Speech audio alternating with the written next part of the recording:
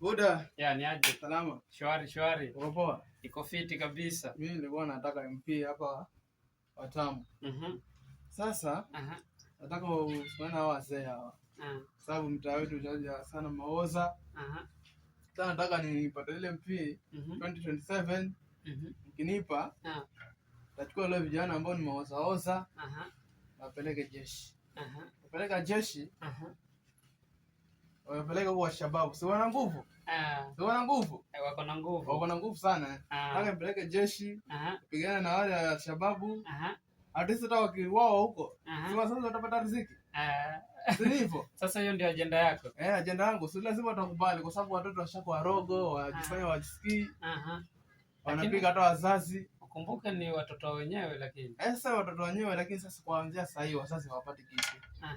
Mara wameletwa kesi hii, mara wameletwa kesi hii. Kwa hivyo ni hasara. Ni hasara. Afadhali ameenda kuoa huko na Al-Shabaab, serikali itatoa pesa, mzazi atasaidika kwa sababu yuko hapo nyumbani hasaidiki na chochote.